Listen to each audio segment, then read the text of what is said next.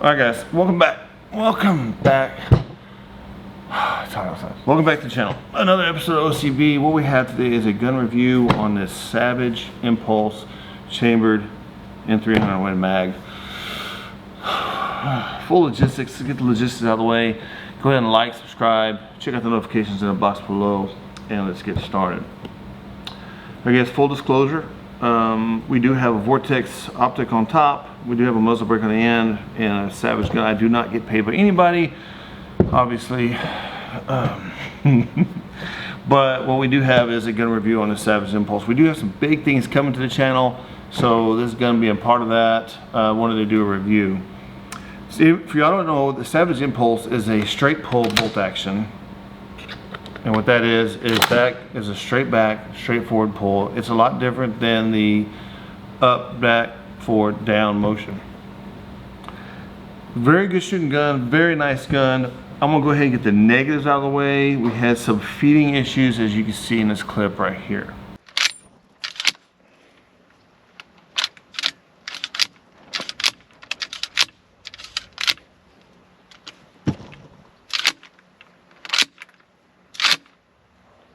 That really was the worst of the, it was very minimal, but it did have a few issues, and I don't want to, I mean, full disclosure, I gotta talk about it all, right? If it wasn't for that, it's gonna be perfect. It seems like playing with it afterwards, that when I come back nice and hard and I go forward nice and easy, it feels a little better. I don't know if it's the way I'm loading the ammunition in the mag. I'm still kind of playing with some things to kind of try to figure that out. But all in all, I think the gun shot really, really well. Got it sighted in. I had two types of ammo. Before I go and buy bulk ammo, I wanted to at least try a few different kinds. We sighted in with this Barnes Vortex. If it will focus, it was 180 grain, and then we sighted it in. Well, we didn't sight it in. We did do another 3-shot group with the Precision Hunter just to try them out. The Vortex, the Barnes Vortex is 180 grain, and the Hornady Precision Hunter is 200 grain. Doing some Mr. Big Game hunting this year, I was wanting to really toy around with the 200 grain, especially for the black bear. But yeah, so we got started in with the Barnes Vortex, and then went into 3-shot groups, one with Barnes and one with the Hornady. So first group is here in the Hornady. Take a look at what we did.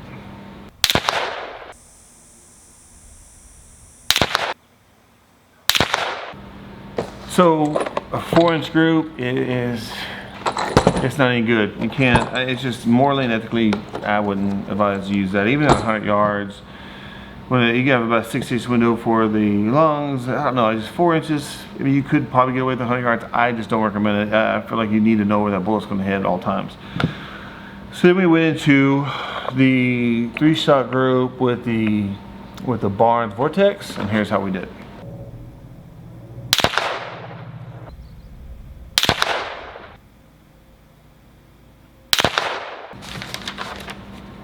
Ultimately, guys, 4-shot group or 4-inch group here isn't good.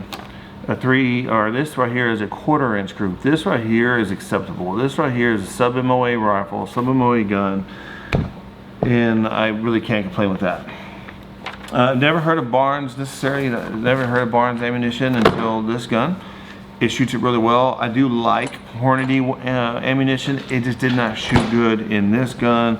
So I would suggest still try it in your gun. If it shoots good in your gun, it does. It's okay.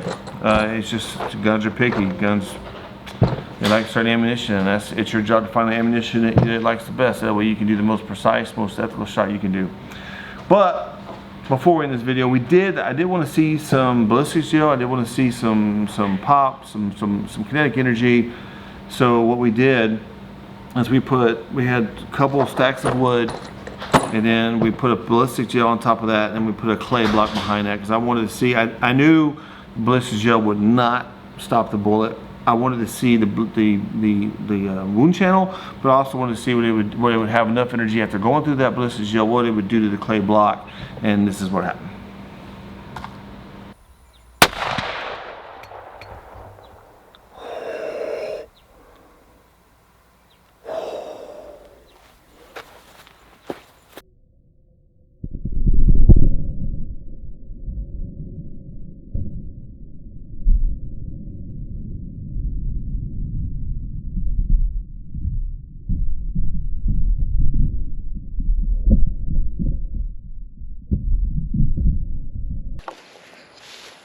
here's what's left of the ballistic gel. There it is. I'm gonna pick this up and pick this one up.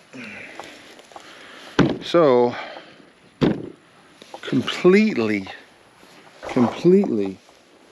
severed it in half, like just completely, like if you can piece it back together, this is your wound channel here. Like it hit a little bit, it hit below the surface, it hit right here and just completely destroyed that stuff. Like it's still cold, like it's not even falling apart yet. I waited till after the sun went down to record so that it wouldn't melt any. But look at that, look how devastating, look how devastating that is. I mean, total devastation. I mean, I could be happier. When you start getting these out of state hunting, especially these big game, they set certain rules that you gotta have so much muzzle energy, so much this, so much that. This rifle by far exceeds that. But when it hits that ballistic gel and the energy coming down, energy going top, energy going every direction, it knocked both cameras, the camera on this side, the camera on this side, knocked both of those over. It knocked the wood underneath, it broke the wood underneath, shattered that, blew out the clay block in the back. The only kind of drama I want in my life is that right there, baby. That was very dramatic, very, very intense, very chaotic, and I love it.